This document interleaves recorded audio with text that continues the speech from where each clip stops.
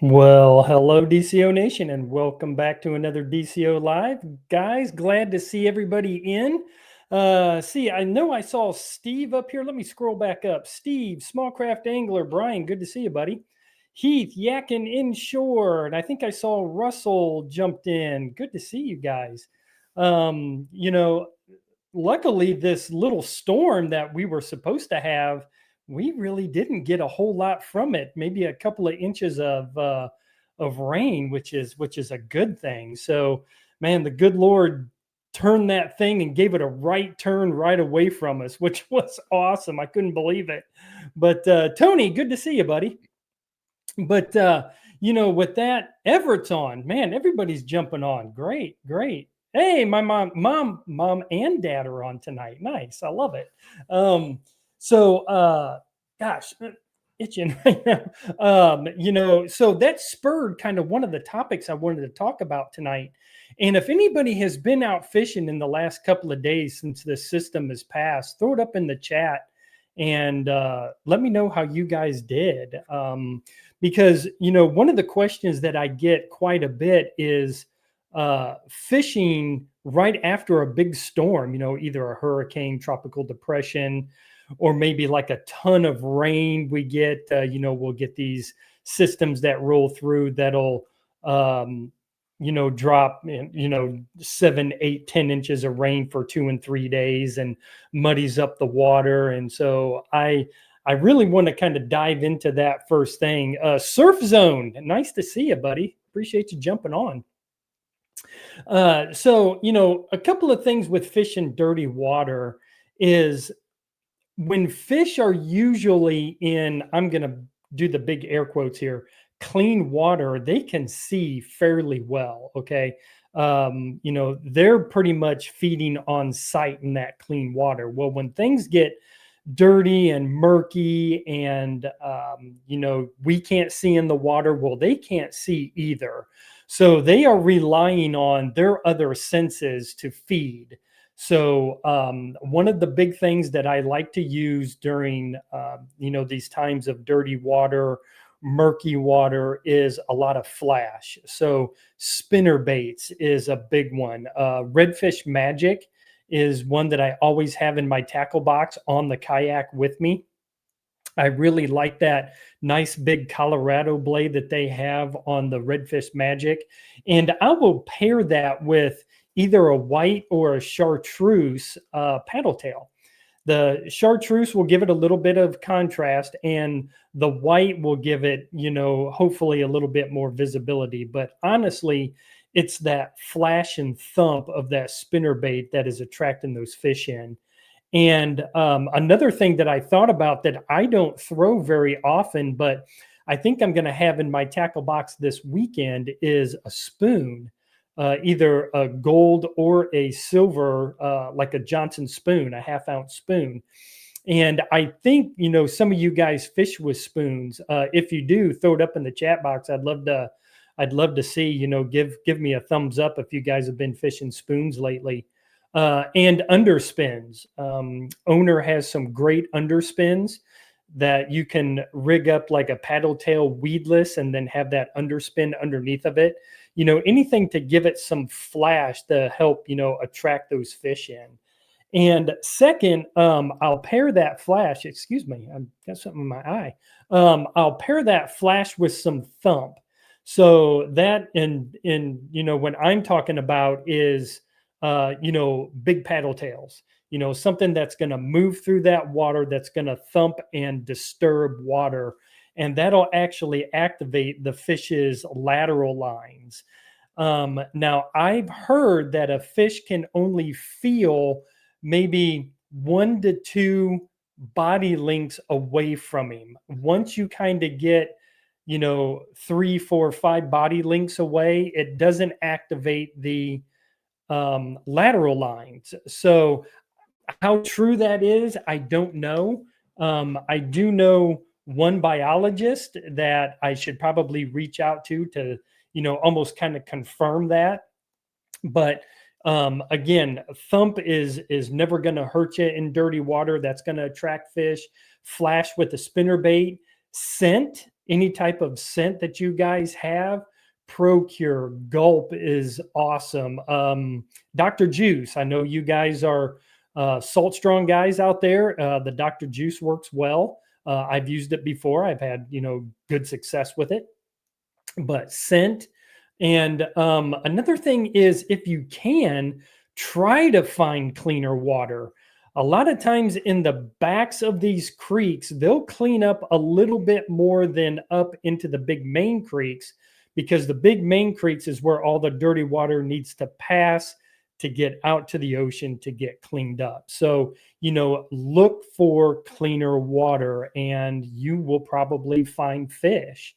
One of the big things after we get these big rainmakers or big storms that come through, there is a big influx of fresh water that comes in. Now, Murrells Inlet is probably the exception. Murrells Inlet does not have any freshwater estuaries or rivers. It's not an estuary, freshwater rivers or any type of influx of fresh water coming into Murrells Inlet. It's basically walled off. So after probably, I'm going to say 2, maybe 3 days, some tide changes, which would probably put it at about 6 or 7 tide changes, it's going to clean up that water pretty well. It's not going to be as murky as those first couple of days because there isn't dirty water being flushed into the estuary. A place like Winyah Bay in Georgetown that has 3 rivers coming into Winyah Bay, that is going to stay muddier or dirtier a lot longer until those rivers start to clean up. And it's going to take a lot longer because, some of these rivers, like the PD are going to go up, several counties.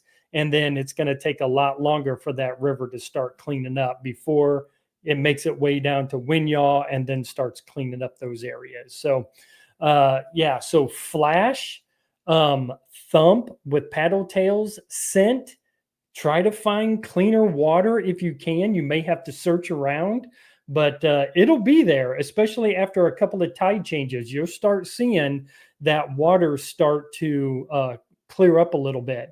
And then look for, so when you start getting a lot of fresh water, I'm going to finish my thought here. When you start getting a lot of fresh water that moves in, that fresh water is lighter than the salt water. So the fresh water will sit on top and basically stratify the water column. So the salt water will be at the bottom and the fresh water will be at the top. So with these big rainmakers, deeper holes will hold fish because that's where the salt water is. Closer to the ocean, the inlets, the passes, the salt water, it's going to be, the salinity is going to be higher in those areas. Okay. Back up into creeks, there's probably going to be more fresh water. It's going to be shallower. The fresh water is going to be a little bit deeper. It's going to push these fish out. So look for those deeper holes, those deeper pockets. And of course, like I always say, deeper is relative. You could be in 3 feet of water and a 5-foot hole is deeper to these fish. Okay.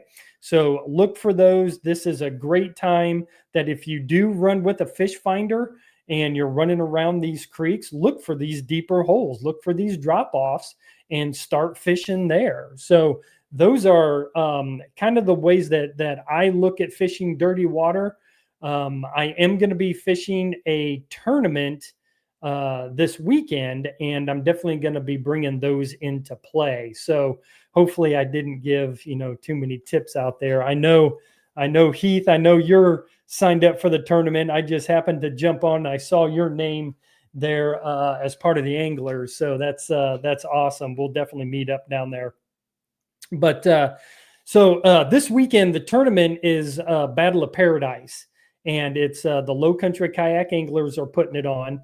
And it is to benefit Heroes on the Water, the Low Country chapter. So our chapter of Heroes on the Water is going to benefit for all this. So from what I understand, and somebody correct me if I'm wrong, Heath, I know that you're part of the Heroes on the Water group. I think all of the fees are going to Heroes on the Water. So, all of that money goes to the How Group. So I think that's absolutely awesome.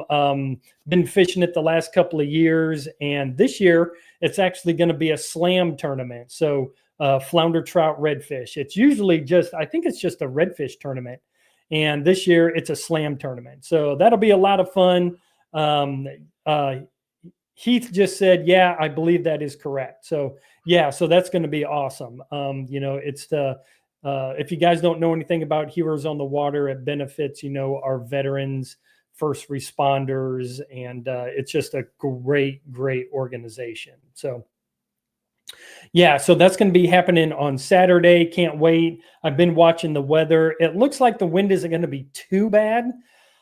I think I'm seeing anywhere from like 10 to 15. It has come down a little bit. When I first started to track it, it was 10 to 20. Now it's down to 10 to 15, and hopefully it keeps dropping down a little bit more. So it should be a great, great event. So kind of moving on, but yet tied into that, it is October. We are starting to move into fall. And just like every other YouTuber out there, we're going to give our 5 lures. So I thought I would do the same thing. I actually went over these on the radio show on iHeart on the Outdoor Radio Network. That was part of my radio show this week. And if you haven't catched it yet, go over to iHeart, check that out. I don't think it was my best radio show. I try to keep it as real as possible on here, guys. I am still very new at this, and it's going to take me a while to get comfortable doing things like this, because one, when I don't have a guest on, I'm just talking to a computer screen, which is a little weird, and it's hard to get into the flow of just talking to the computer screen or staring at myself in the little video box. So yeah, it's a little weird, little peek behind the curtain, but I wasn't real happy with the way it come out, but it is what it is. I try my best. I put my heart and soul into it. So hopefully you guys still get something out of it. But let's jump into my 5 lures. So starting off with number 5, okay, we'll start at the bottom and work to number 1. So I am going to be using a creature bait. So this is the Kick and Critter by Jelly Baits, but you guys know there's a ton of these out on the market right now. The bass guys, you guys have got a box full of these. But I rig it like this. So the little fins in the back, I rig it vertically, not horizontally, but vertically, so that these basically look like the tail fins of a little bait fish or maybe a shrimp. And Z-Man came out with this new one. Hopefully you guys can see that, but that is the Diesel Kicker Z, I believe, or Kickers. I'm not exactly sure how they're pronouncing it, but it's basically the same thing. It's a little split tail swim bait. The split tail's a little bit smaller than what like a creature bait is. You guys can kind of see that. It's a little bit smaller, but it's going to act as the same thing. So that is my number 5. And I am going to rig that with pretty much enough weight to make sure that I am on the bottom and hop that thing on the bottom, make it look like a small little shrimp or a little bait fish. Now with the Z-Man, I may rig this with a little bit lighter weight and swim it through the profile like a small mullet or a pogie or something like that. So number 4, I'm going to keep moving along here. Jerk shad. I love the jerk shad for flounder. It's almost becoming one of my go-tos for flounder. This will, I rig it to go right onto the bottom. It'll be like a 1/4 ounce, either a Texas eye or just a trout eye jig head, but a nice jerk shad, either in the 4-inch Z-Man 4-inch scented jerk shad. This is a Zoom Fluke here. There's a ton of them out there. I know I had the Salt Strong jerk shad out here a day or two ago. And so, yeah, jerk shad is definitely going to be one that I am going to be throwing. Russell just popped up there and he said, I put a glass rattle in mine to get some attention. Absolutely. Yeah. And I know a lot of guys will put that rattle in like a shrimp profile. So, like the 3-inch Z-Man scented shrimp, they'll put that in there, or even like in a kicker crab or anything to get that extra rattle or sound or clicking sound. Yeah, absolutely. Good tip. I appreciate that, Russell. Thanks, man. So number 3, and this is one that I've already got tied onto my rods, and it is top water. So really, anytime during the day, if I'm going to see fish feeding on the top, I'm going to have this on. But definitely early in the morning, this is what I'm going to start throwing out first. So this is the Mirrolure Top Pup right here, and this is in Redhead. But there's the Skitter Walk, the Head and Spook Juniors. I mean, there's all, or Head and Spook and Head and Spook Junior, but there's a ton of top waters out there, guys. Also, poppers work really well. I was talking to a couple of guys who throw poppers quite a bit. So instead of doing that walk the dog with like a Mirrolure, they're chugging and they're pushing water with a popper. So think about that also. Kevin threw up there, with the top water, do you change the treble hooks for inline? Kevin, I am actually going to pull my rod from back over here, and I'm going to answer it this way. Yes, I do. So this Mirrolure, I actually caught a redfish on, and I think Heath was there, and it bent out the treble hooks, but I love the inlines. One, I'm not a big fan of treble hooks on a kayak. When fish start flopping around, I don't want to get hooked. So yes, I love the inlines. A couple of reasons why. One, it's safer for the fishermen, safer for the fish. You can get them out easier. And 2, I like throwing my top water into the grass, especially that sparse grass that's right outside of the big, thick grass.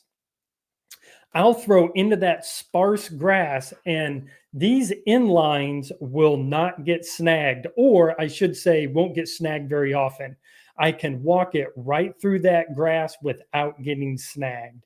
And yes, I do tie a loop knot with all of my top waters. I don't know if you guys can see that or not. I'm not the best tire of a loop knot.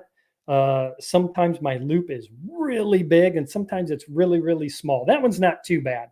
But yeah, I'm always practicing my loop knot. But yeah, Kevin, absolutely, man. I do change them out, and I love the inlines. Those are the owners. Those are number 2 inlines. So, yep, absolutely. What brand and size? Owner number 2. That's what I put on.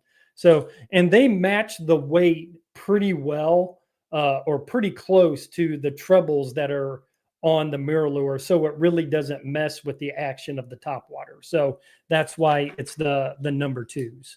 Okay. Good question. Good question. Appreciate that. So moving on. Number 2, paddle tail, but a smaller paddle tail. This is a 3-inch diesel minnows. And this one is actually in purple death color because I had it right here in my office.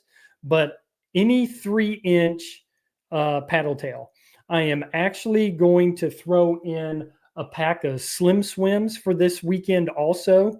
For some reason, I don't know. I don't know if it's confidence wise, but it seems like the smaller profiles I'm having more success with. Don't know why. I think it's probably a confidence thing for me. The 4-inch still work great, still absolutely work great. I'm still going to have them on the kayak with me, but I will start out throwing the 3-inch first. So a 3-inch paddle tail. I am going to throw the purple death this weekend, and the natural colors. You guys know how I like the natural colors. And then, of course, if it's dirtier water, maybe some chartreuses. I may even throw in some blacks, whites, all that kind of stuff, and just work the whole gamut until we get on, some fish. So, Heath just threw out there and said, got a 26-inch redfish on a 3-inch last Saturday. Awesome, man. Absolutely awesome. So, yeah, man, I don't know what it is about the smaller profiles. I'm glad somebody else is getting some success with those smaller profiles. So, yeah, I'm actually starting to dial it down. But so my number one lure, and you guys can probably guess what it is because it hasn't made an appearance yet, but any type of a shrimp pattern. So hold on one second. I want to catch Kevin here real quick. He says, I like the Z-Man 3-inch paddle tail in Golden Boy. Yeah, absolutely. Yeah, that gold flash. I don't have, I'm looking real quick. No, I do not. No, I don't have Golden Boy up there, else I would have pulled it down. But yeah, great color. Absolutely. So my number one lure is going to be really any type of a shrimp pattern. This is the Prawn Star. This is the 3.5-inch.